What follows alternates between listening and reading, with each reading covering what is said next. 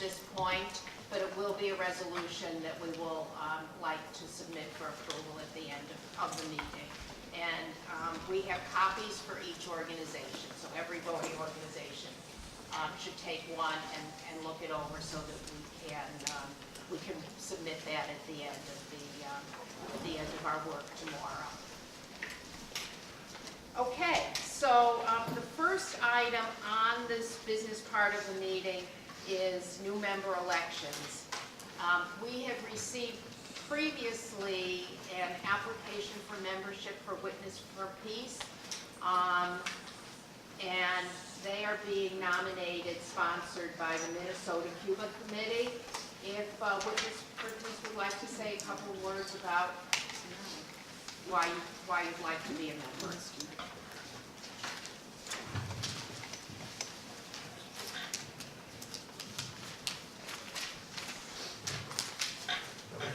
Yeah, thank you once again for considering membership for Witness for Peace in the National Network on Cuba. Witness for Peace is a nationwide grassroots organization that's been around for 35 years. We have a permanent presence in Cuba, Honduras, Nicaragua, Mexico, and Colombia.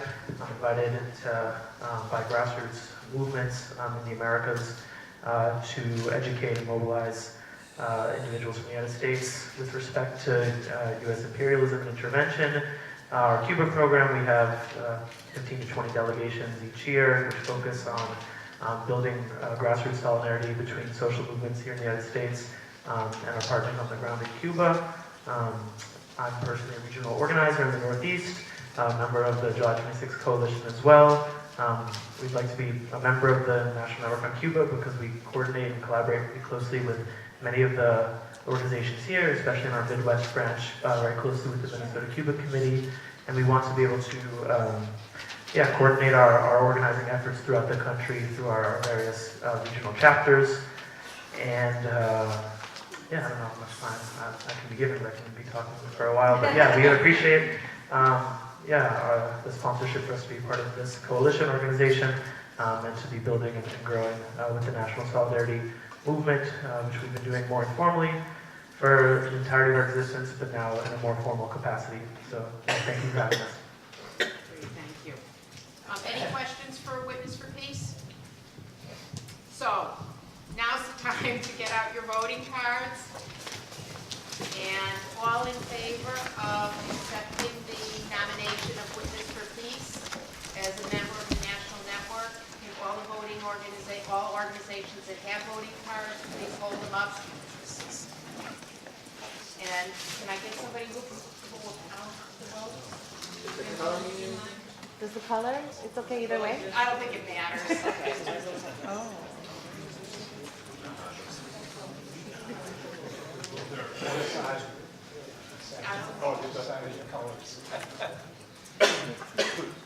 Yeah, it's very nice. I'm representing my company.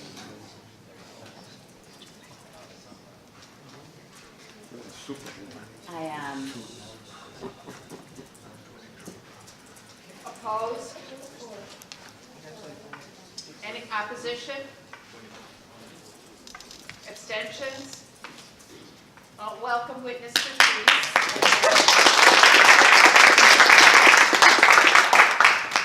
So we're very glad to have you as a member, so thank you so much. And I know that Witness for Peace has sent representatives to many of our meetings, and we're really happy that you've taken the opportunity to join. Felix, would you like to present your nomination? I sent you a new member application. Yes, I submitted one prior to that, I believe. Oh, Electronically, but we can do it again. okay, good. So again, good morning, everyone. Felix Sharp again, representing DABO for the Association of Black Organizations, which is it is a federation of about 140 or so organizations, which are both black and white, and they're made up of business men and women. They're made up of nonprofit organizations, community organizations that service the community, and all work together for the greater good of the city of Detroit. the reason that we are asking for consideration to become members of the organization is because, well, first of all, personally, I've been, as I mentioned at the beginning, I'm Cuban American. I have family in Cuba. I have friends in Cuba. I spent half of my time in Cuba, and so I know the struggle. And in my past work, I worked in government and politics, and so I have a lot of relationships. And one of them is Horace Sheffield III, who's now executive director of DACO, we call it. And he and his daughter, who happens to be the president pro tem of the Detroit City Council, visited Cuba in July of last year and fell in love with Havana, fell in love with the people. And in particular, Horace Sheffield had an opportunity to meet Lucy Borrato, who is the wife of Armando Abreu, who was the first individual to lose his life. He was electrocuted just as Irma started to hit the island, started to hit Havana, that is. In fact, I was there during that time. And as most of you know, he was electrocuted and died on the spot. He expired on the spot. And she lost her leg eventually and went through a very tough fight for 4 or 5 months. But in any case, Horace met that family and was so touched that he decided that his church, he's also Reverend Horace Sheffield, New Destiny Fellowship in Detroit, he decided that his church is going to adopt that family for a year because the father was one of the main sources of income. And so to make a long story short, the Sheffield family fell in love with Cuba. They visited not for sun and fun, but for history and education, and decided that they wanted to get behind the effort to end the blockade. And so I am a newly appointed board member of the DACO organization. I'll be focused specifically on national and international affairs, which will primarily focus on Cuba and establishing collaborative relationships with the island. Thank you. Any questions for Felix or about his organization, DAVO? Okay, yes. Hi, Felix. How are you? Good morning, Gail. How are you? Good. Just say a little bit more about, I mean, I know, you know, Reverend Sheffield, I know you, and I know the trips and things you've taken to Cuba, but talk a little bit more about how you see DAVO connecting specifically to Cuba. Well, DAVO also has in particular, New Destiny has a mission in Bahamas as well, too, which was started about 2 years ago. As a matter of fact, Reverend Sheffield is in Bahamas as we speak. And so the mission is that there's a long-standing relationship. We had a conversation, a brief meeting earlier this week, where the Detroit City Council is going to be introducing to one of its committees, subcommittees, I should say. They're not sure which one, a resolution against the blockade. We've been working for a long time in Michigan and Detroit towards the lifting of the blockade and establishing relationships. And we decided that with this long-standing relationship, it's a good idea to join forces, given his background as pastor, his relationships across the country, and mine, and those that he has already made on the island to the benefit of the effort and the overall mission. And I could add some other things that we've done if you'd like to know. I believe it was 2 years ago, we hosted Fidelis Fide at Lansing Community College, where that exhibit was up. Was that last year, Cheryl? Or was it 2 years ago? 2 years ago. That must be Bill.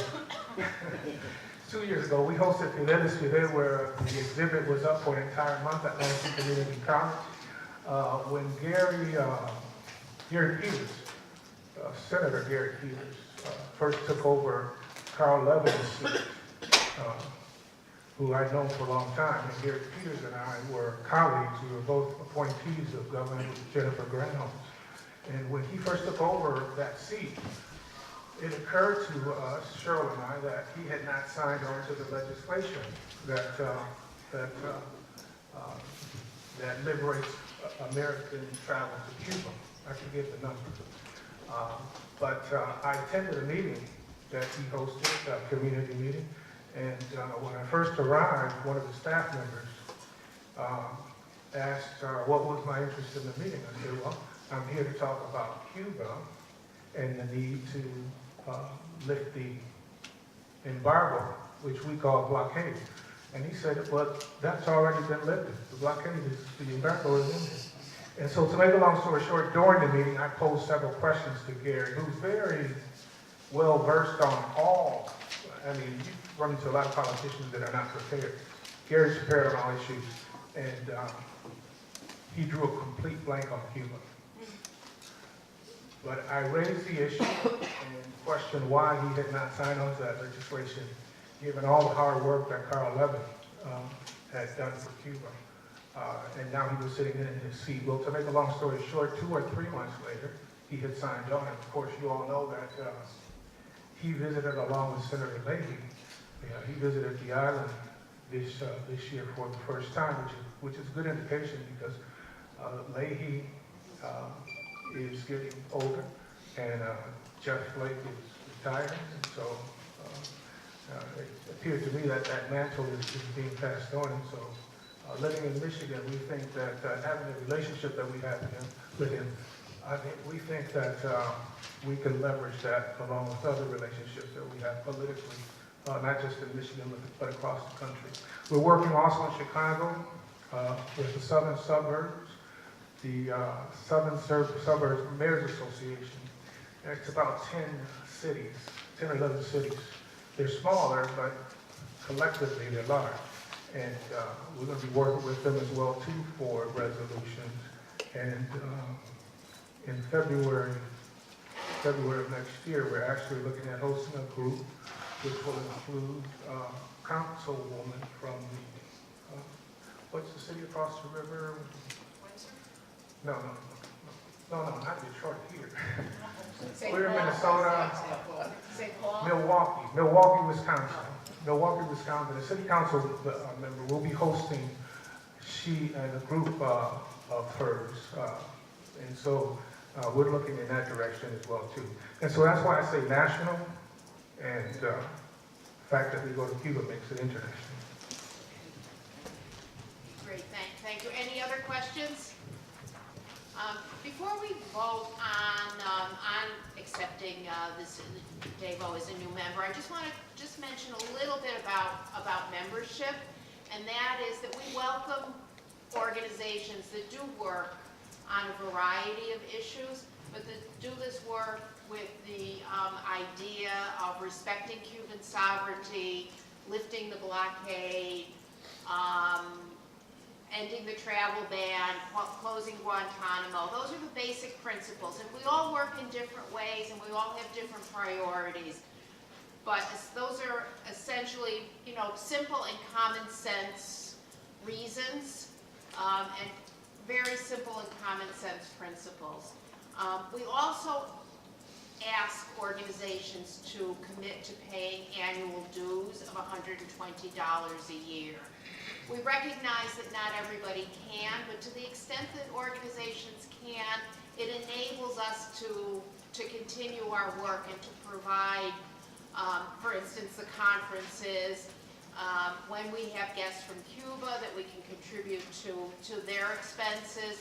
And also, as of last year, we initiated a scholarship primarily in order to allow young people to travel to Cuba. So that just kind of gives you an idea of what the dues money goes to, as well as your registrations. And I mean, more than anything, we want your work, we want your contributions. We know that there are financial limitations for most of us. But again, just giving an explanation of what membership means and what goes along with it. So, having said far too much about that, all in favor of Davo as a new member, please hold up your cards. And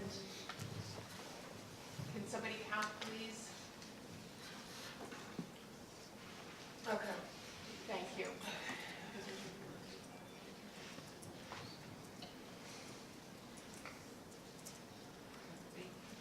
Side to side.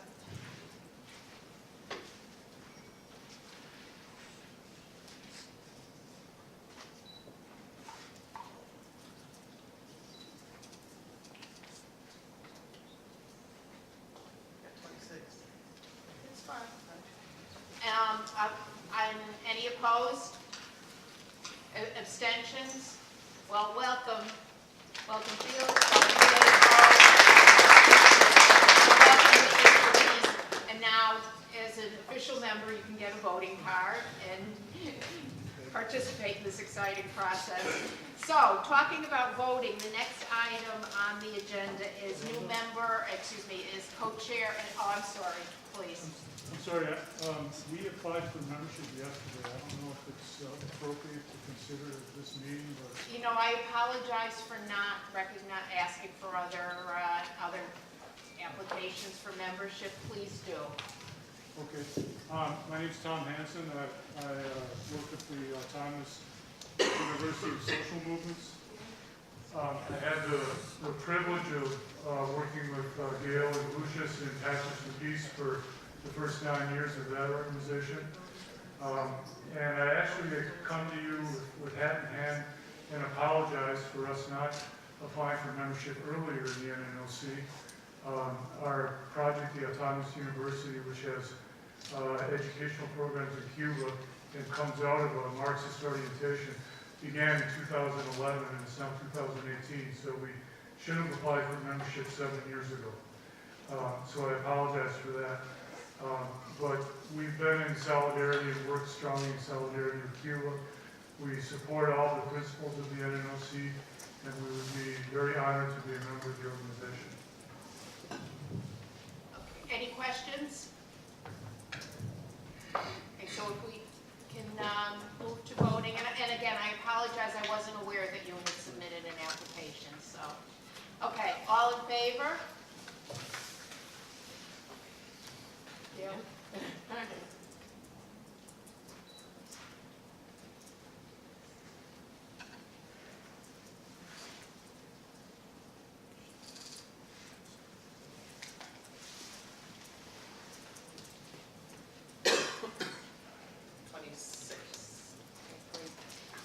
Any opposed? Abstentions? Well, welcome.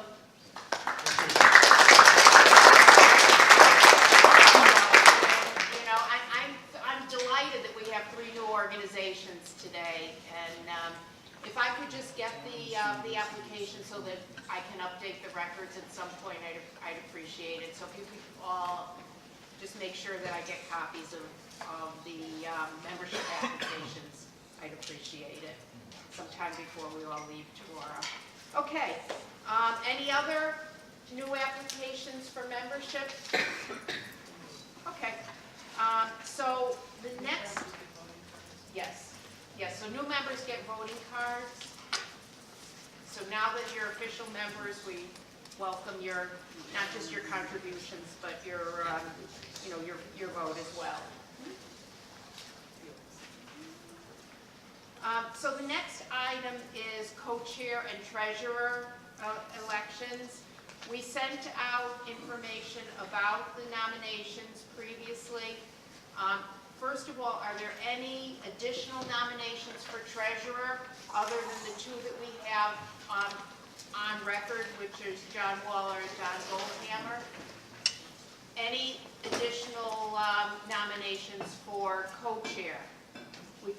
There are 3 co-chair positions up for re-election this term, and we have 3 candidates at this point. Are there any additional nominations?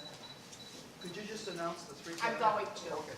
Okay, so not hearing any further nominations, and for the sake of facilitating this a little bit, the 3 candidates for co-chair are myself, Nalda, Cheryl, and Alicia, and we have all been serving as co-chairs for a number of years. Rather than with your consent, rather than making declarations or talking about our candidacy, if we can just move on to the treasurer, because there are two candidates for the one treasurer position, and we'd like them to have an opportunity to talk about their candidacy a little bit. If anybody would like to hear about our credentials, just please let us know. Okay, hearing nothing. The treasurers, Don, would you like to start? Don Goldhammer is one candidate for treasurer. And while we're hearing that, I'm going to start passing out the ballots. And each member organization gets one, who has a voting card, receives one ballot. Okay, Don, please. For many years, too many years, I have said to the co-chairs that I'm willing to continue to serve if nobody else qualified and interested volunteers to take on the task. Blessedly, John Waller has agreed to take on the task of treasurer, and I fully support that. I also have the current year's financial report if people are interested in it, or if there's another time on the agenda that you want it done. But it is available for people who want. I can say simply that our bank balance is about $6,400. During the past 12 months, we had a total income of $7,300 or $7,400, and total expenses of about the same. And that's all I had to say. But thank you, John. We were going. And I am encouraged by the fact that John agreed to take on the task. 30 years is enough. So, sure, I can withdraw, but It's certainly your decision. You are on the ballot, and we're going to ask for a treasurer report. So thank you for doing it without having to be prompted. Would you like to withdraw, or? well. I mean, you are on the ballot, Don, so please, it's your decision. I'm perfectly happy to. I am voting for John, or at least the Cuba Coalition is. But sure, if it's simple, I can withdraw. Are you running or not? Are you ready or not? Yes or no? So you, Can I Okay, come in and say something? well, why don't we let John give his remarks? I told Nalda to include my usual automatic nomination so that there would be an opportunity, primarily to thank John. Okay. Well, whilst it's Don's decision finally, what he wants you to do, let me explain. When we talked about this beforehand, he made a point about democratic accountability, that you shouldn't be just presented with a fait accompli, I'm the sole candidate, you vote for me. So he wanted his name to go forward, and so that if you didn't like me, you had an option. But anyway, I'm John Waller. Just to say who I am, I've been involved in socialist politics since I was a young man, a long time ago. I've been involved in Cuba Solidarity since 1991, first of all in Britain, Cuba Solidarity campaign there, and then in the United States. Wherever I've lived in the last 27 years, I've been involved in local work. Now I live in Seattle, and I'm here representing Seattle-Cuba Friendship Community. Since 2004, this is how probably most of you know me, since 2004 I've been the coordinator of the Party's Peace Caravan to Cuba. I hope that you've learnt in that role that I respond quickly, I respond efficiently, and I'm well organised. I'm also, for 20 years of my life, at different times, I've been the treasurer or the manager of health centres and other organisations, so I'm used to dealing with a lot of money. So I think I'm very well qualified. I'm going to do this. I've got energy, I've got enthusiasm, I've got experience. So vote for me.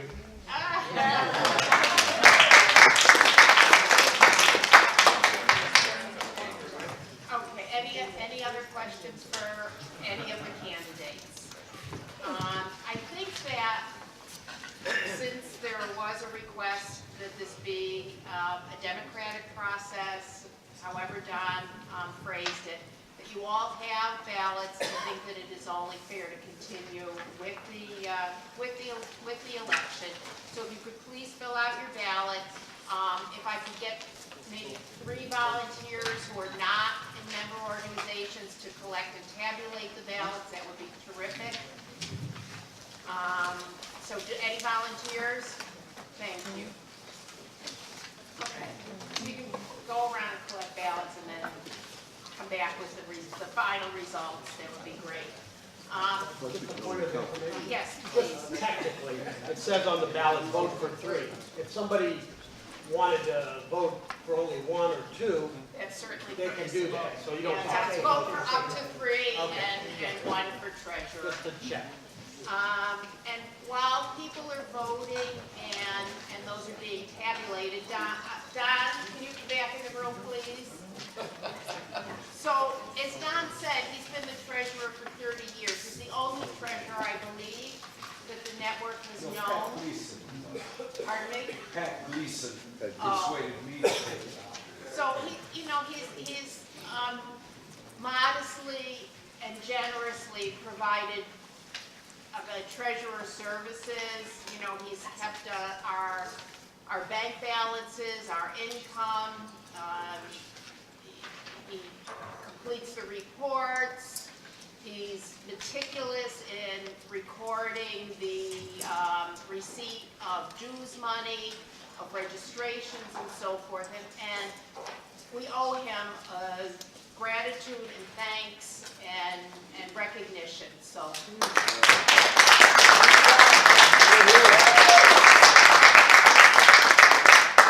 Seriously, Don, thank you very much.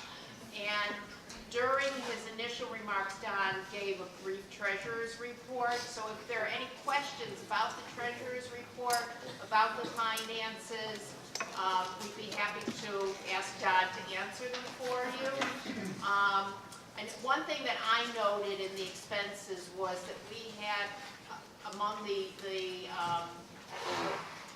expenses for this year included last year's conference. So we have expenses from last year's conference and this year's conference that are reflected in the treasurer's report. But any questions for the treasurer on the report? Anything else you'd like to add, Don, about the finances? No, if people are interested in the details of income and expense, they're available here. Okay, to thank see you. at the table. Okay, so while they're continuing this exciting tabulation of the votes, I would like to now start with the message from ICAP. As we said, ICAP, the Cuban Institution for Friendship with the Peoples, is basically our sister organization and has been so since the founding of the network. We've been very fortunate over the years to have had the presence of a representative from ICAP, including in past years, the president of ICAP has been with us. The head of the North American division, Sandra Ramirez, was with us a couple of years, but as you all know, travel from Cuba has again become extremely problematic. If someone wants to travel from Cuba, including from official organizations, they now have to travel to a third country, apply for a visa there, wait for the visa to be processed, return to pick up the visa, and then travel. All of this is not only cumbersome, time-consuming, and there's no guarantee that that visa will be approved. So for all those reasons and others, Sandra could not be with us today. However, she is with us today, and that, and I mean, not just saying that Sandra's with us and we'll hear a video message, but it really, again, emphasizes where we are in terms of the travel ban, in terms of the blockade, and in terms of the work that we need to do to get this policy lifted once and for all, that we really need to devote ourselves to it in many, many methods, and we'll hear some of those ideas later. But having said that, if we can hear from Sandra, Does somebody know how to dim the lights? we will do that.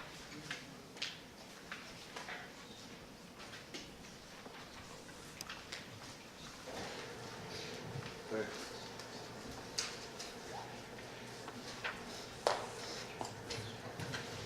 Well, my name is Sandra Ramirez. I'm probably, many of you know me from before.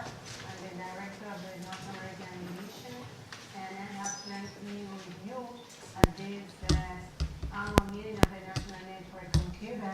And due to the visa issues, I unfortunately couldn't be with you in this meeting. I have come to New York just because of our president visit, and my visa is restricted to only 25 miles under the Columbus Circle. I want to thank the Cuba-Minnesota Committee because they tried to do their best for me to attend that meeting, but unfortunately, so I couldn't go. I would like to share with you about what you have done in your city. So as ICAP, we want to thank you that we know that you have worked a lot, and I will just want to begin acknowledge all the New York and New Jersey groups that worked hard to organize that big event at the Riverside Church. It was a tremendous event because we have our president for the first time in the United States, for the first time at the UN General Assembly, and so the work of our friends in these two cities or in these two states were remarkable. And that was a marvelous event that was very inspiring. And I know that some of you also went from across the country, from different cities like California, from Minneapolis, from Albany, DC, Oklahoma. And I think that because of your effort, your own resources, you attended that meeting just to give a message of the power of the solidarity movement in the United States. So on behalf of ICAP, I also want to acknowledge the work of the international community that organized the 4th edition of the Days of Actions Against the Blockade in Washington. This edition was dedicated to the education in Cuba. And I think that they did an excellent work organizing different events and trying to get in contact with representatives of the U.S. Congress, just telling the truth about the consequences of the blockade, not only to the Cuban people, but also to the people in the United States. It's true that it was a coincidence that we have the Days of Action in Washington and the visit of our president in New York, but to have these both activities at the same time, I think it's very important because we have to continue working and pushing for lifting the blockade. Both activities or both actions were very important, and we need to have our friends either in Washington and also in New York in the activity at the Riverside Church. There were many other activities that you have organized during this year, and I would like to be with you, just listen to your reports and changing with you. One of them was a resolution approved in different cities for lifting the blockade. This is a new action that since last year you have organized, And I think that we have to encourage other cities and other states to try to approve resolution. And we need to explain the consequences and educating the U.S. people about what is the impact of the U.S. blockade on the Cuban people. You also, for example, our friends in Miami, every 2 months they organize these caravan of cars around the main city of Miami, just demanding the lifting of the blockade. And we have also shown that in Cuba because there is an idea that everyone in Miami is so hostile towards the Cuban people. Every time more and more Cubans even living here are against this unjust policy of the United States towards our country. As you know, since last April, we have a new president in Cuba. And I wanted to tell you a little more about this. So we have our National Assembly that gathered and they elected a new president. That he's only 58 years old. He came for the first time here to New York. But who is this president? So it's just as I told in other places, it's just the fruit of the Cuban Revolution. So he's a result of our social system and also a result of the educational system in Cuba. He went to the schools created by the revolution. He went to the university that a revolution inaugurated or built for all young people in our country. He participated in an internationalist mission in Nicaragua. So he has grown up during all these years of a revolution. And as many of us, is a result of that efforts of our Commander-in-Chief Fidel Castro and other leaders who built the revolution. And as he said, so we will continue building socialism in Cuba. There won't be any setback. So and we are going forward, trying to have a better society. At this moment in Cuba, we are discussing a new project of the Constitution. So the Constitution that we have right now comes from the 70s. So now the world is different, and Cuba is also different from the 70s. New laws and new atmospheres. So new laws have appeared, have emerged, like the to permit self-entrepreneurs who have their own private projects. And now we have more than 500,000 self-entrepreneurs that are also contributing to the development of our socialism. Now then it's important to have a new constitution, not only because of this, because there are other aspects in the society that are different from the 70s. And many Cubans think that it's an advanced project or an advanced constitution that we are going to approve. It's debated at each study center, at each work center, at university, at the neighborhoods, and even our leaders are participating on these debates. Every opinion will be taken into consideration, and then we are going to a referendum to approve a new constitution that will include the opinions and the consideration and evaluation of the Cuban people. To us, if you ask me, what's the best help that you can just give to Cuba is just to transmit the truth, what is really happening in our country, and to say always the truth about Cuba. when we talk about this new constitution, I would also like to highlight that even Cubans living abroad, we have the opportunity to send their opinions and to contribute to this debate. Your support, as I told you before, is always very much appreciated, not only by ICAP, but the whole Cubans.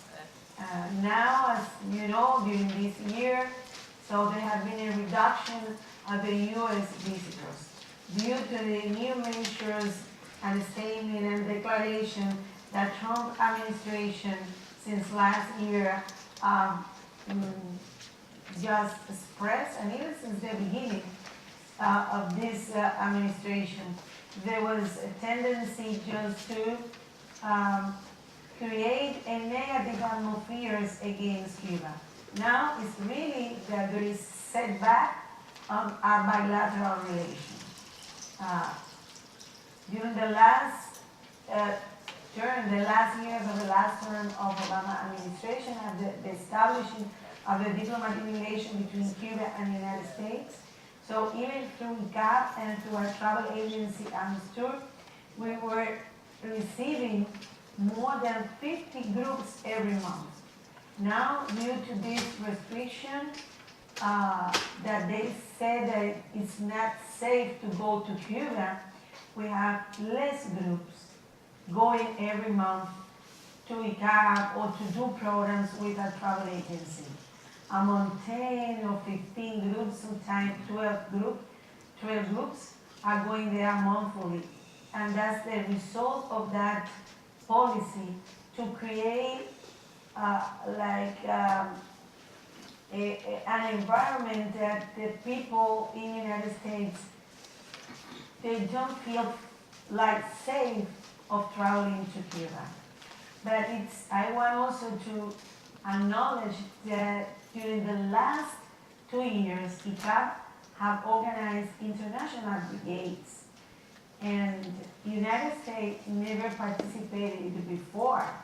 But since the last 2 editions, we have the biggest representation that we have in our international brigades have come from the United States. And I think that's a message, and this is also positive, because during the last edition, they also made a statement that how safe they feel while being in Cuba, working voluntarily with the Cuban people, doing a program, visiting provinces, and having exchange directly with our Cuban people.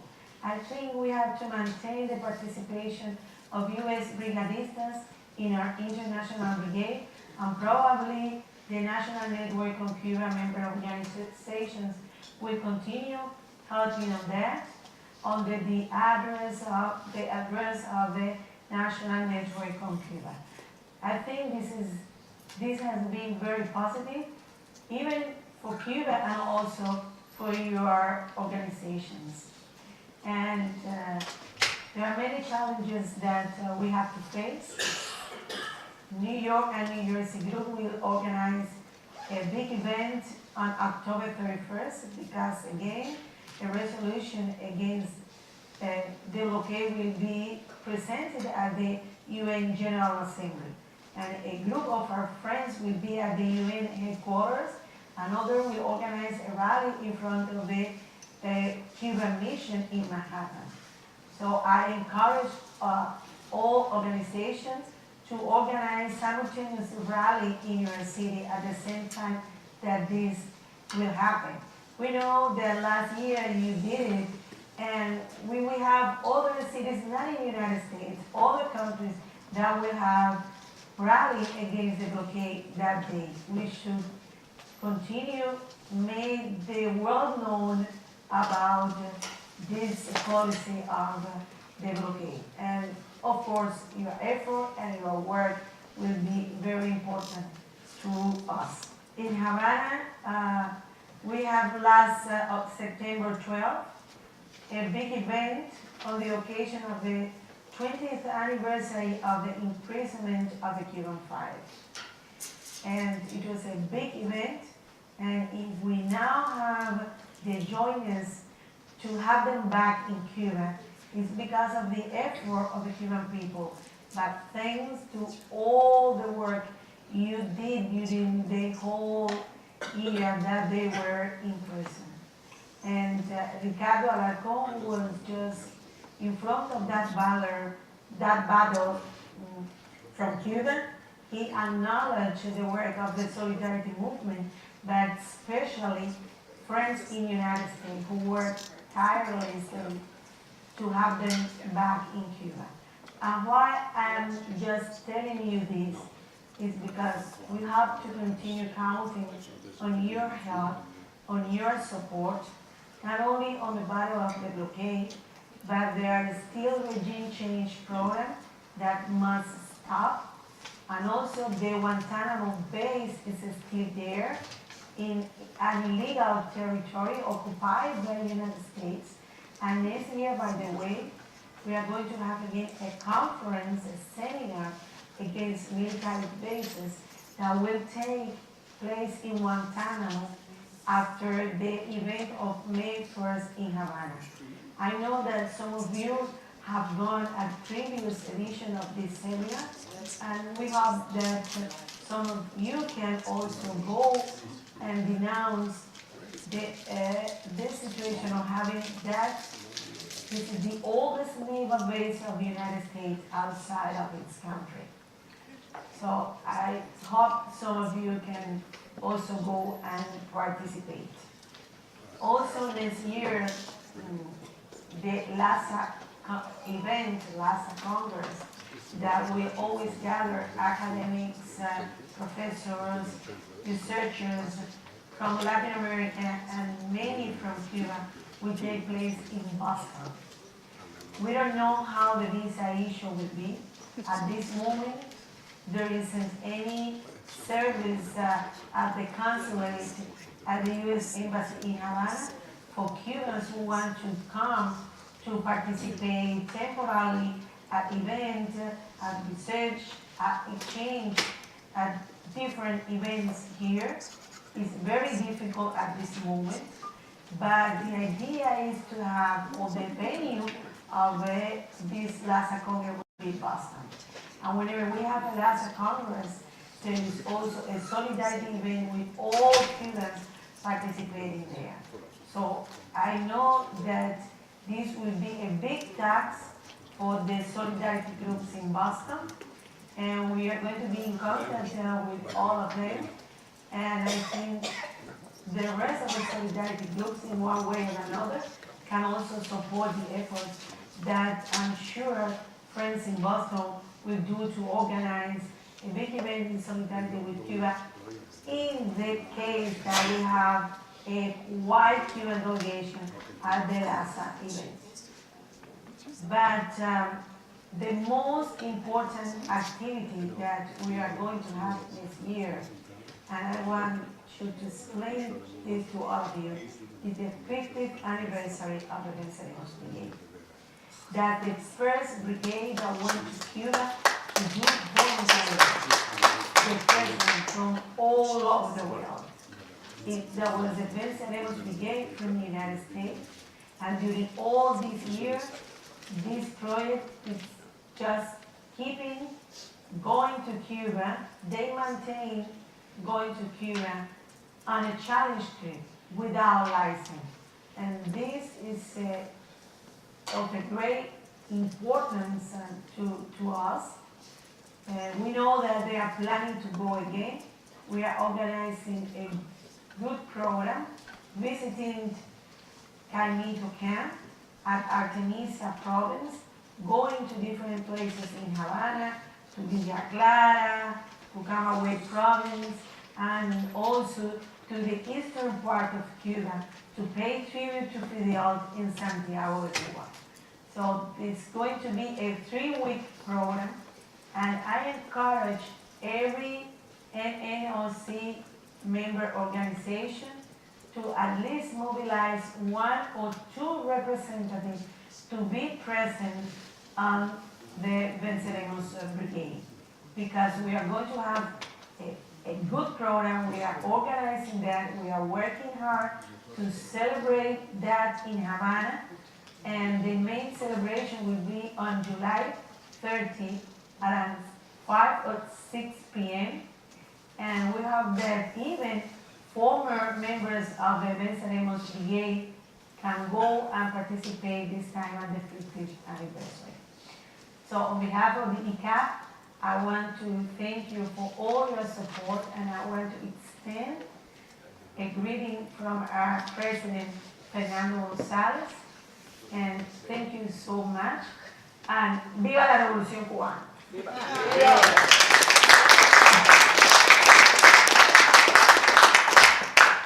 Well, there was a really wonderful presentation, and coincidentally, many of the items that Sandra mentioned in her remarks are things that we're going to be discussing during these 2 days. So we'll have a chance to, to expand on them and, as I said, to discuss and analyze them.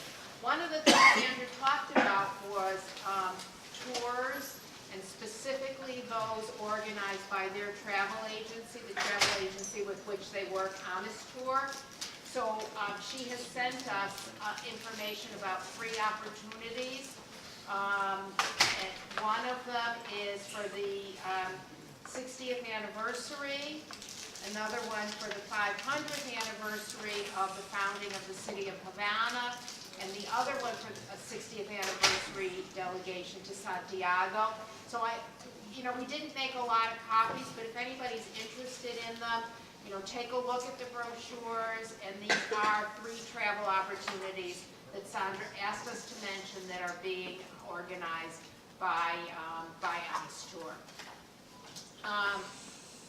Anyone who, changing topics just a little bit, please, anyone who's here, if you could just register so we know who you are, that we can include you, so that when we write the report of how many people there are, we can be honest about how many people there are.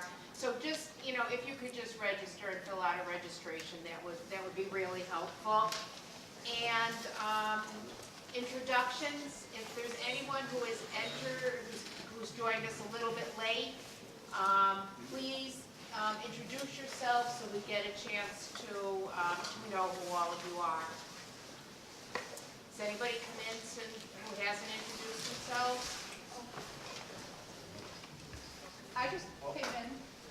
Are we all introducing ourselves? Pardon me? Okay. My name is Bethany Kyle. I'm a senior here at Augsburg. Okay,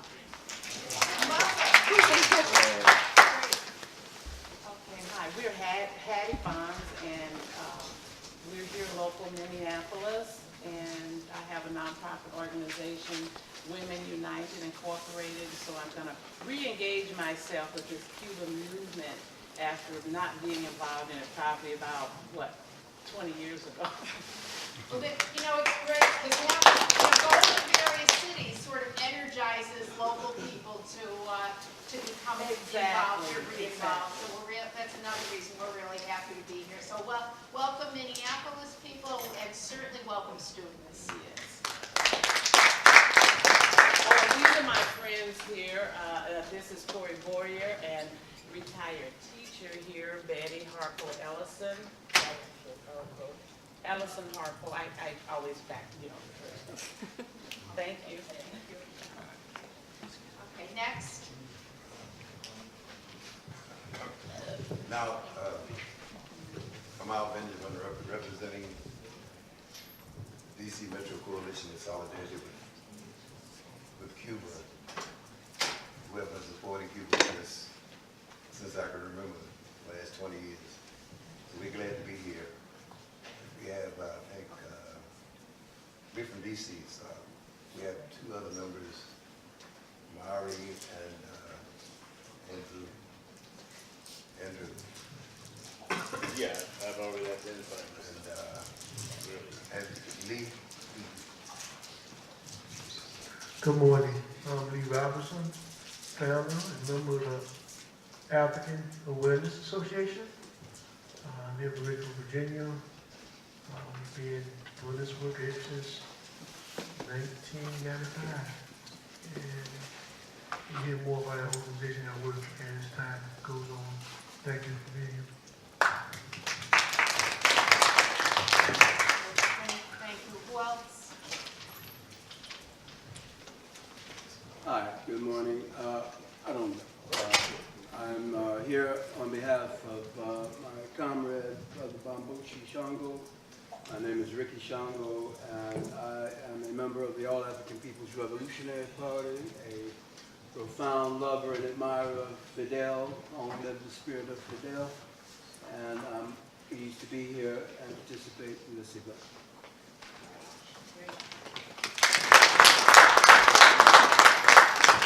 And anyone else? Hope we didn't have neglected anybody. Okay, so back to the video. We are Story of some American diplomats who supposedly got sick in Cuba. There has been talk of impossible acoustic weapons, viruses, and break. Like those microwaves. Yeah, I was going to announce it. So we have a very short video discussing the so-called sonic attacks. Sorry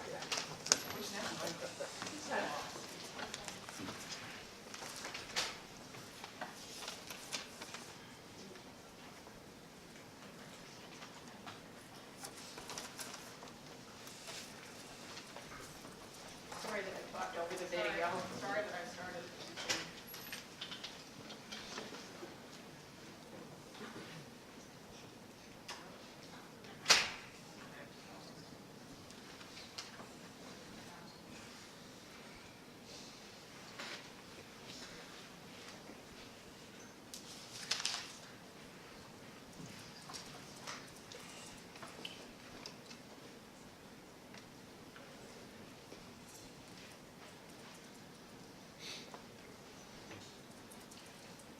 As Cheryl's looking for that, let me just announce that, as I said before, that Miguel Fraga is being overworked as usual, but he will be with us later, and he sends early morning greetings to all of us.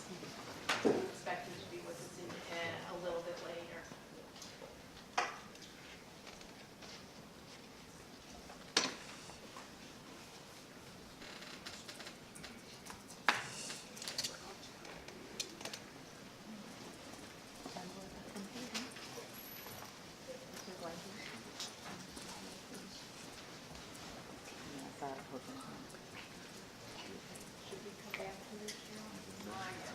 Okay, all right, again, our apologies and thank you for your flexibility, but we will show this when it becomes available. But now, if we would like to move on to the first presentation, which is organizing for the 50th anniversary of the Venceremos Brigade.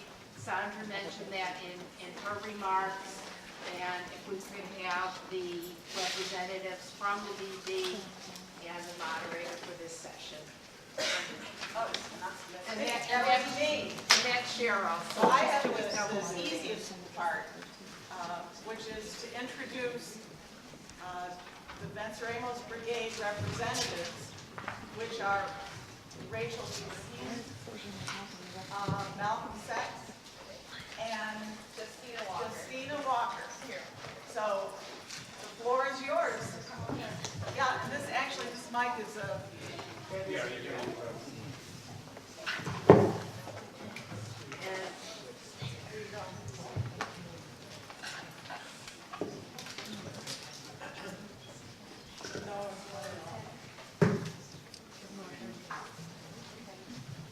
Good morning. Good morning.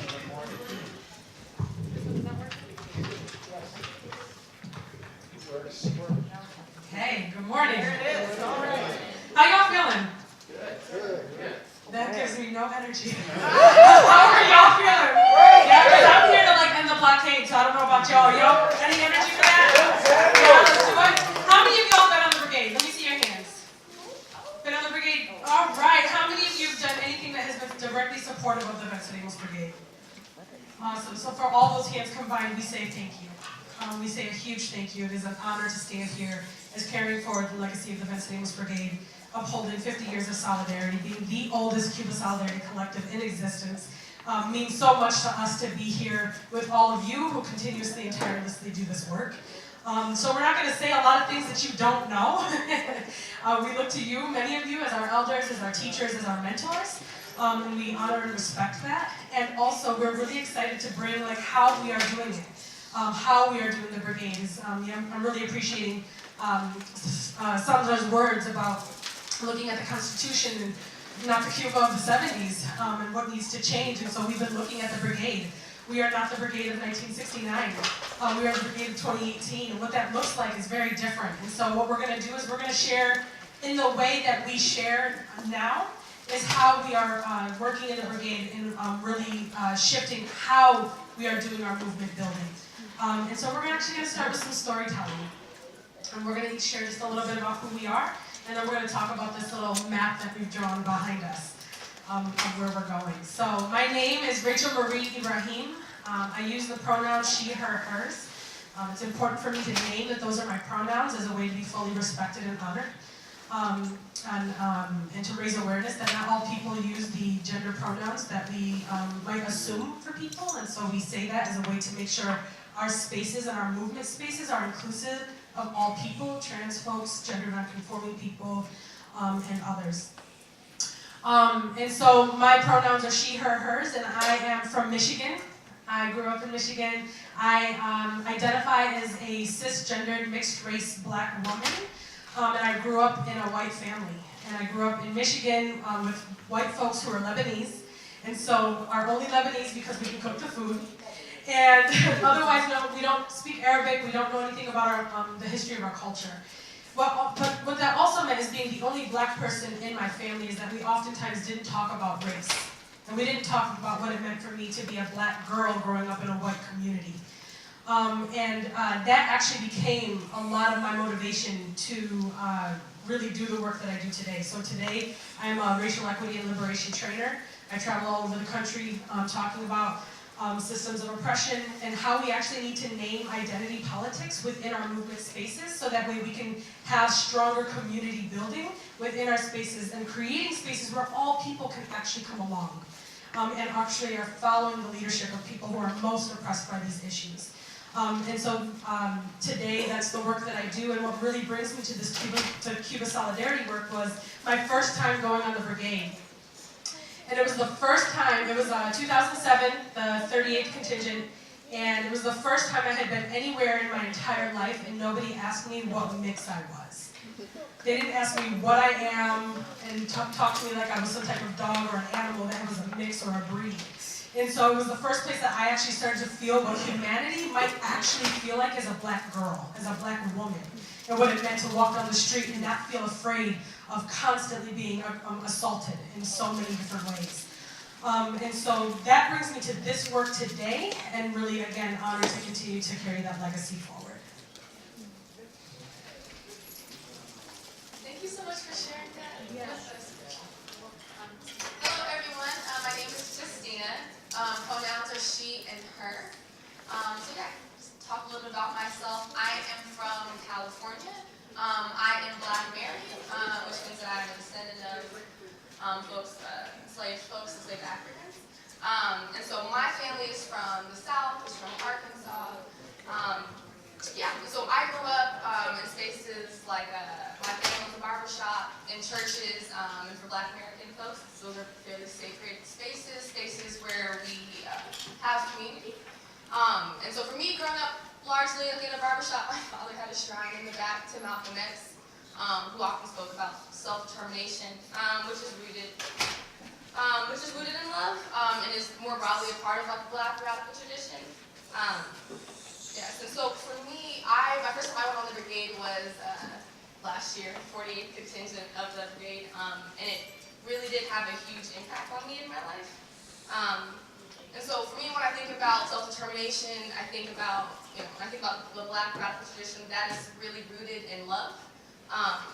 And so love not as this like romanticized notion of like feelings, but love as like a practice, right? And so when I think about like my time spent in Cuba, what it meant for me to walk around and feel that love, both in like the interpersonal relationships and that I had while engaging with Cuban folks, but even more broadly thinking about how Cuba has shown up in different forms of international solidarity. And so for me, being in Cuba honestly was one of the closest things that I felt to freedom, to what that could both like ideologically, but really more like how I experienced that space. And it was like comforting and very unfamiliar to me.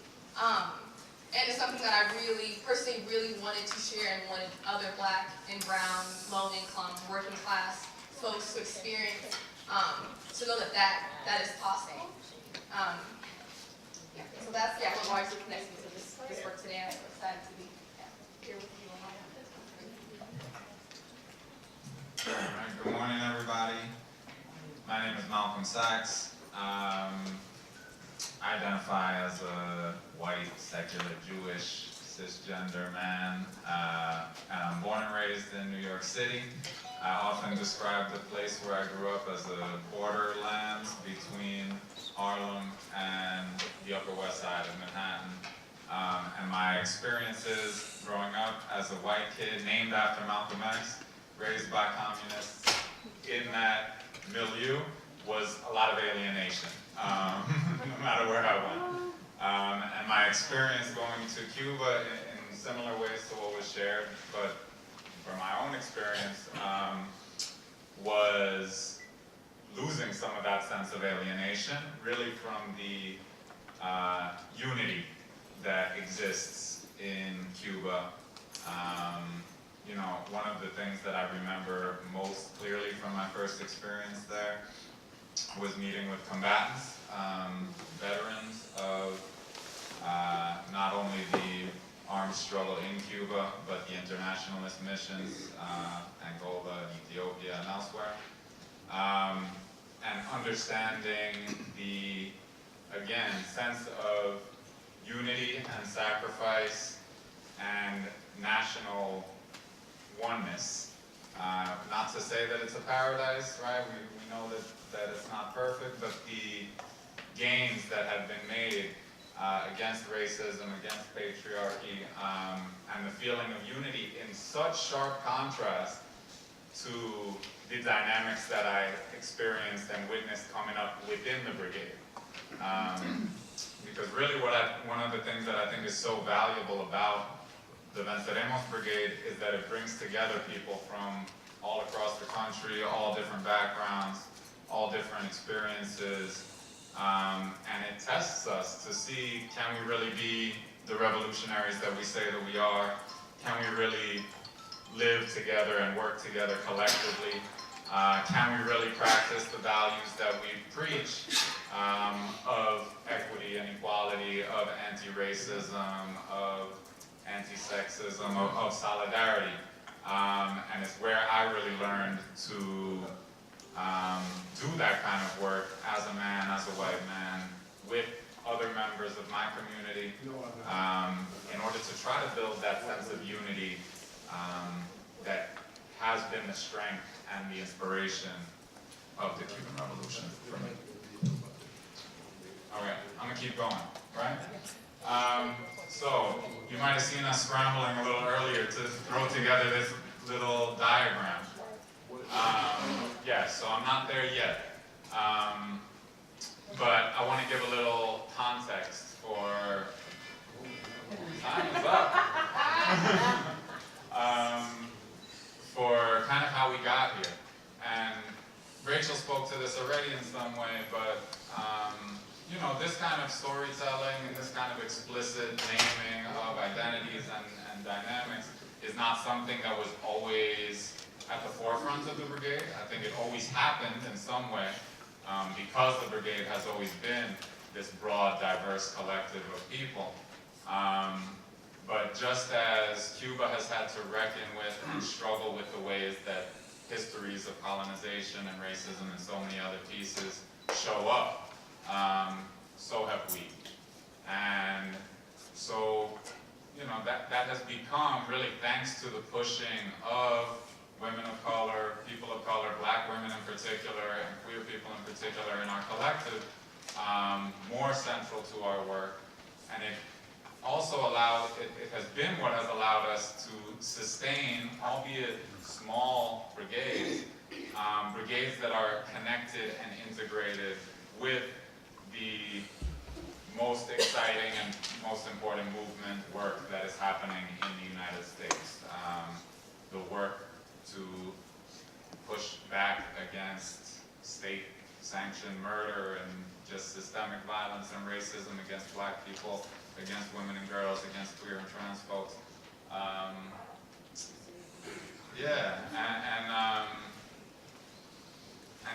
So we really want to be able to draw those connections. I'm going to pass it to Rachel and talk about these next steps, because we're trying to build a massive, powerful brigade for this 50th anniversary to celebrate all the journey that we have traveled and where we're at now. So, given all that, we're actually looking to build a community of practice of revolutionary values.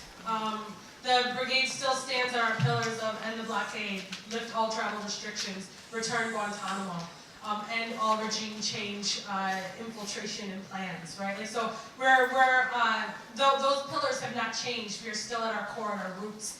And we also know that part of the way of getting there is to talk about equity, is to talk about our identities, is to talk about how do we live it, not just talk about it.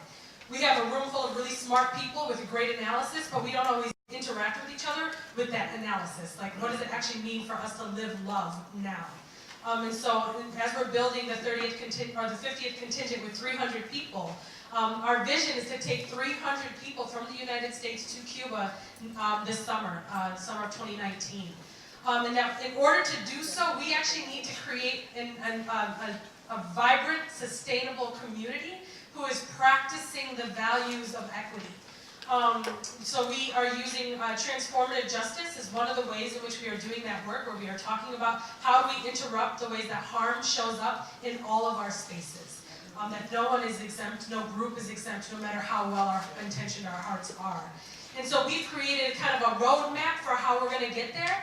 And we know that we can't do it alone, and so that's why we're really thankful to be here. And we've been doing a lot of reinvigorating of organizing all over the country. People who historically have helped to make the brigade run from the 60s and the 70s and the 80s are getting back involved, and we're really excited that we, on our national call, have a minimum of 7 regions of the country represented on our calls, with another 7 who are in the process of getting involved. I actually want to pass it to you to kind of talk about the roadmap more. Is that cool? Sure. You and I and we are here. October 20th at the NNOC conference. And this is where we're by July 2019, we're planning to be taking a group of about 300 people to Cuba to celebrate the 50th anniversary and reaffirm, recommit to challenging the failed, inhumane, illegal, unjust policies of the U.S. government towards Cuba. And how we're getting there, as Rachel said, we've been reestablishing or reactivating regional committees across the country. And so what we're calling VV49 is the work that's happening in all of these places and events taking place in all of these places. Just last week there was an event in Detroit that Cheryl would be able to share more about. Coming up in a few weeks is an event in Albuquerque. There's going to be events happening in New York, LA, the Bay Area, DC, and hopefully many other places too. And we're happy to have conversations with you all about where and how you can support us here in Minnesota, in Chicago, in Boston, Massachusetts area, all over. Throughout the fall, as these events are happening and into the winter, we will be doing outreach, we will be doing leadership development, because talking about bringing a trip of 300 people means more leadership than we've needed in recent years. And again, if we're asking people to show up in the ways that we're talking about, it takes intention, it takes time, it takes building together. And perhaps most importantly, I can't say that, but really importantly, we need to be fundraising throughout this time, and we're going to be calling on you all for help with that as well. March 1st is going to be the deadline for applications for the 50th Brigade. And then through the spring will be preparations for the actual trip, the actual travel challenge.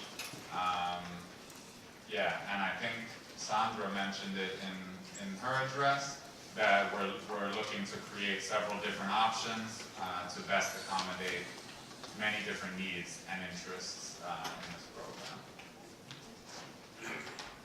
So we're looking at creating primarily 3 options with a potential 4th. The main options is that there'll be a 10-day, a 2-week, and a 3-week trip to Cuba, all of whom will arrive at the same time.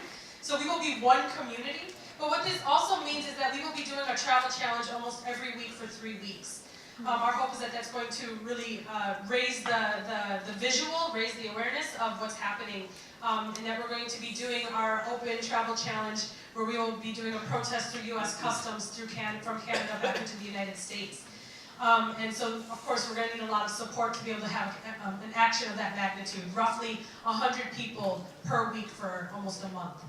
There will also, we're working out a plan for a 4th option for people who maybe are formerly incarcerated, who maybe have disabilities and won't be able to do all the elements of the trip as planned, maybe are not permanent residents or U.S. citizens. And so we're creating another option for maybe a couple of days where a smaller group of people will be able to come and join us for the celebrations in Cuba, but wouldn't necessarily do the travel challenge. And so we're creating that, and in order to create all of that, as Martin said, in order to do all of that, we do have some really big, huge things that we need. Our primary need is we need to fundraise cash. We need ways of being able to raise cash and as quickly as possible in order to be able to provide scholarships for folks to be able to go on the brigade, to make sure that we have representation of people who historically may not be able to go, that they are able to go. And yeah, I'm not going to give a lot of explanation of that. The other thing we need is we need more lawyers. So we are, our legal team needs to expand dramatically. What we're looking for is for folks who are interested in learning more about what it would mean to be a part of our legal representation, and that our legal team, we're going to be taking names, and that our legal team would be in touch with you all if you're interested, or know lawyers who would be interested in supporting us through our civil disobedience. Those are the 2 big asks. Yes. Yes. And that our next national call for anyone who has been on the brigade is invited to be on our national calls as a way to plug in. So we'll also take your information if you would like to be connected in that way as well. The other thing that I'll just add is that we're aiming to release our application by next week, which will be an intensive process of applying to go on the brigade, and we'll have more details about that soon. So we actually want to pause now and open it up for questions, comments, and thoughts that will also support us as we're embarking on this huge journey.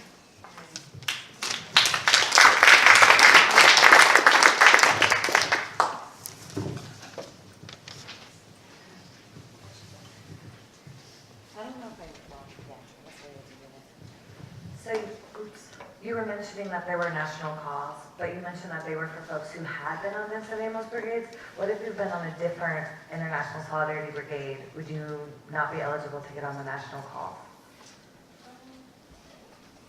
We could talk about it. Yeah, we could talk about it. We've been asking that folks, that these calls are specifically for people who've been a part of the brigade, and also we're not trying to limit who we're connecting with, so let's be in conversation. Thank you. I see one back behind you over there. Thank you for the presentation. My impression of recent years has been that brigade has been principally from the Northeast, which has meant that you could have sessions where everybody got together beforehand and can talk through many of these issues before you go to Cuba. This year you want it to be national. So can you explain a bit more about how you envisage people from the West Coast, the Midwest, becoming part of this process? Absolutely. This has been a huge growing area for us as well. So right now, actually even in the Northeast, we, over the last few years, we started doing more video conferencing as a way to be able to connect with folks, because even getting people, even if we're all in the same city, to show up to one meeting has been very difficult. And so we actually found we had better turnout for doing video conferencing, and that is actually what we're using for our national calls, as well as part of how we're doing leadership development. So it is much more virtual now in terms of bringing everyone along. But then we're also actually, these events are one of the ways in which we'll also be doing some of that work. So there will be a representative of somebody from the Northeast region going to each one of these events to support the development of each region. And so that means maybe doing some of that leadership development on site. Some of that means being able to host meetings and help with the organizing in that area. And it also might mean that local folks will be doing interviews in their communities instead of doing those virtually. So those are some of the ways that we're addressing it. Just one thing to add there is that, even, as Rachel said, even when many of the people are coming from the same region, it's hard to get them together face to face, all in one room. And so what we've shifted to in the last few years is that when the time comes for the actual brigade, and I think Pastors does something similar, we all meet up in a central location before departing for Cuba. And it gives us an opportunity to build the kind of community that we're talking about, to do some of the preparation and educational components that allow us to have the most successful trip. So those details would be included in the application, but there will be an opportunity of bringing everybody together before we are out.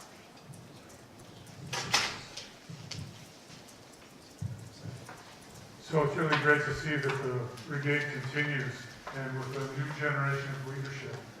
I know the brigade has always been about action, and so I want us to show some action.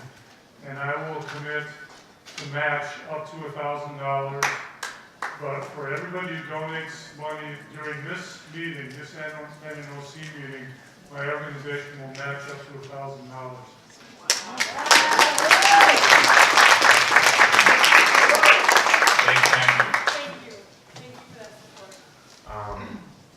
Hello, my name is Joshua. Thank you for the presentation. Do y'all have a specific strategy on how to get more students to get on these trips? Because I went on 2 Mayday brigades the last 2 years, and I had a pretty good turnout with just randomly scooping up students to be able to go. So, I mean, is there any specific strategy? I'm not a student anymore. I just graduated, but I still have a network of students. I'm still connected with students. And also, I live in the South, so I know that's a region that's often neglected when we talk about these kind of things. So, yeah. Thank you for that question. Absolutely. What's interesting is actually the brigade, especially over the last 6 or 7 years, we're actually majority young people, students, people under 40. And so we're actually trying to actually maintain the integrity of the brigade of being intergenerational and having representation of across the range of ages, and really bringing each other along in that journey. So, but also we have a scholarship program that we prioritize people of color, students, queer and trans folks, and people who are in need to be able to get support to be able to come on the brigade. So we would talk with students about that as well. The only thing I'll add is that in the past we have held events or speaking engagements in some ways at universities, if we are invited basically, and we try to have some connections to different schools. So again, in the same way that we're making the offering of having the possibility of people travel from the New York hub to different areas to support events, if you have a community, a university, a group of students that wants to hear from us, we can find a way to Also, the options that we've created were also with young people in mind. So looking at ways to bring families, children, and students, people who can't necessarily get 2 weeks off of work, and so being able to create shorter options that allow people to still be able to fully participate. And yeah, we want to come to wherever you are. We're doing more outreach in New Orleans, in St. Louis, but we would love more support in the South. So thank you. Right here.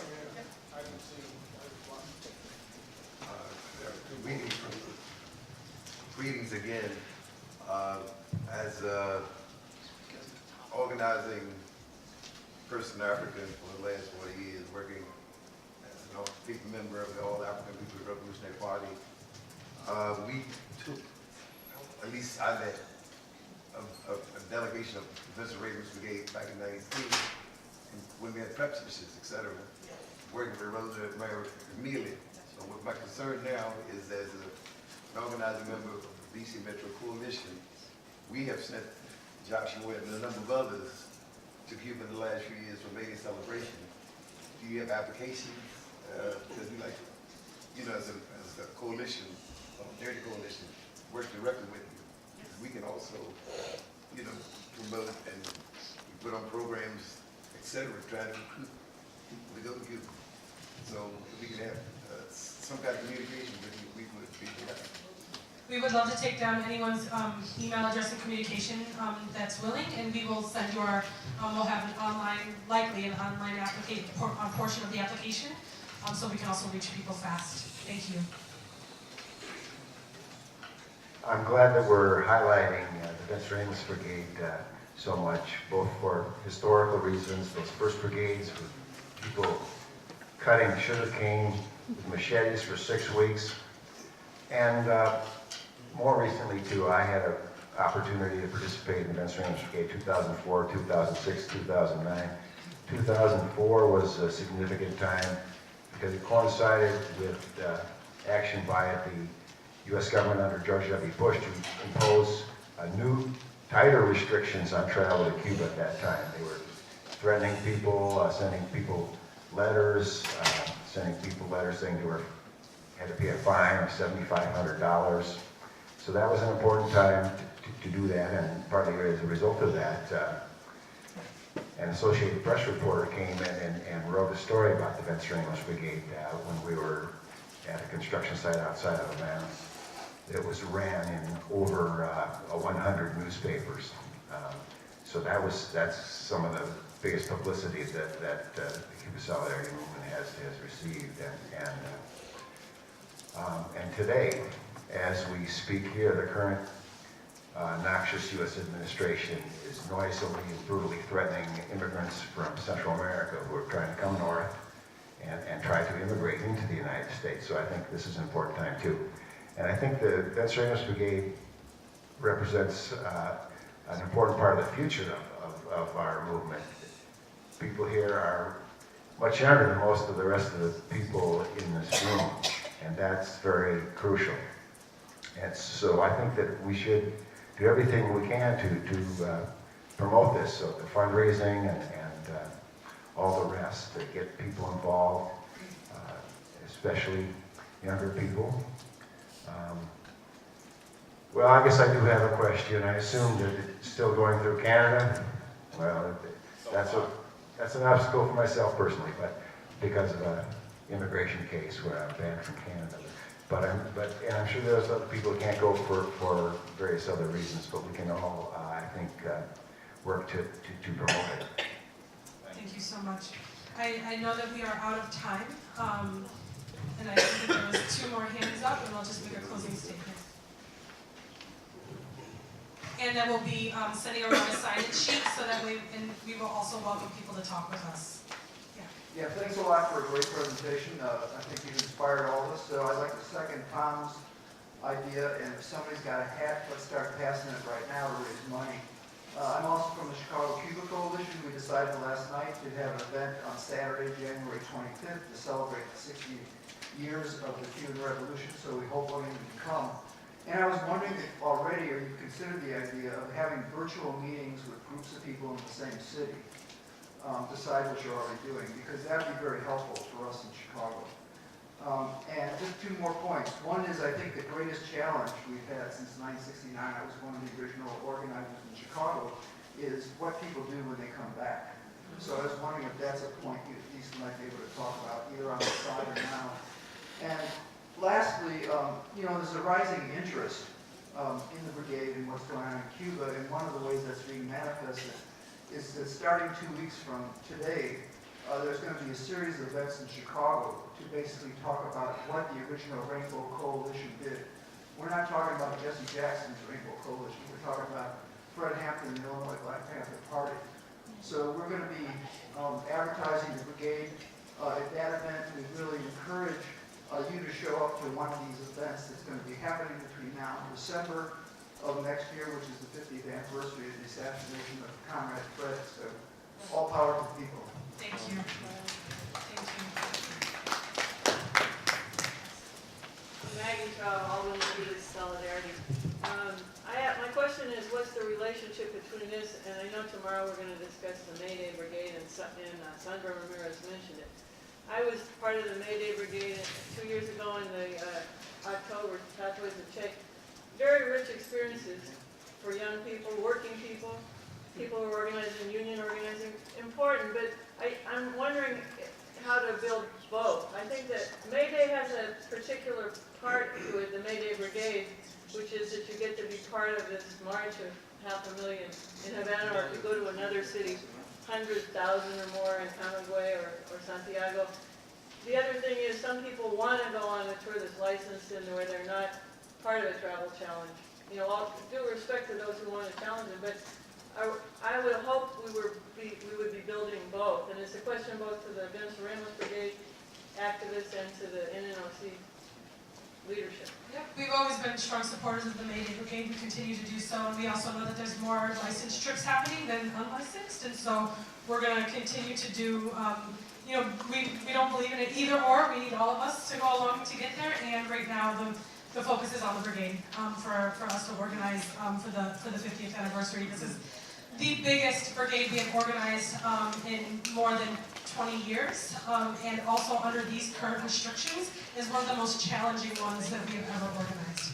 So we have a huge task ahead of us, and we're just really honored and thankful for the support that's been in the room. If you could just show your hand, if you are thinking about coming on the brigade, can we see who you are? Beautiful. We're so excited to have you with us. And just wanted to, again, say thank you to those of you who offered to donate and really encouraged others to donate. That is really helpful. For the first time, I don't know if ever, we have a fiscal sponsor. So that is also a huge step for us in being able to figure out how we're going to navigate this. We encourage all of you to talk with us over lunch. We will be here today and tomorrow. And just thank you again. Thank you. Before we move on, if I could just ask Tom about the donation process. I understand that your organization is offering a matching fund, which is wonderful. So how exactly do you propose doing that during this meeting? I mean, are you taking IOUs? Do we have to have, you know, cash check, credit card, etc.? Just so that we're all clear on the process, so that we can maximize the fundraising. I would encourage us to go through the organizers of the Venceremos Brigade, and if anybody here is willing to make a commitment or an actual donation to the Venceremos Brigade, let them know while you're here today, and we'll match up to $1,000 of those commitments. Does that make sense? I guess Does that make sense for you all? So whatever mechanism you have, I think that we would like as many of us to participate as possible. Just for clarity, so I can make like a little pledge, put it in there, you guys will match it, and y'all will follow up with me on how to give you money. That works as well, absolutely. So your name, your phone number, and email, and how much, and then we can follow up, absolutely. And we're sending around a separate sign-up sheet as well. Yeah. Yes, just to say that spontaneously, I have to start circulating. Oh, okay. Don't forget about that. Is that for cash? Yeah, we can do both, and also we would love to be able to say thank you. So, yeah, either way. Okay, so I know this is, you know, an unexpected and wonderful occurrence. and, you know, for everybody. So I think it's time for our break, and we'll reconvene in 15 minutes. So, do you wanna? Yeah, I just wanna make, I know it's not lunch yet, but, there are 3 options for lunch, and some of them are staying. Just before people get away, just 1 second. Sorry, I'm just doing this now because some people might not want to leave campus, and so I'm willing to order some food from Pizza Luce if someone wants to do that. There's also going to be lunch in the cafeteria here for $8.06, which is a full buffet of all kinds of good things. And then there's a lot in the neighborhood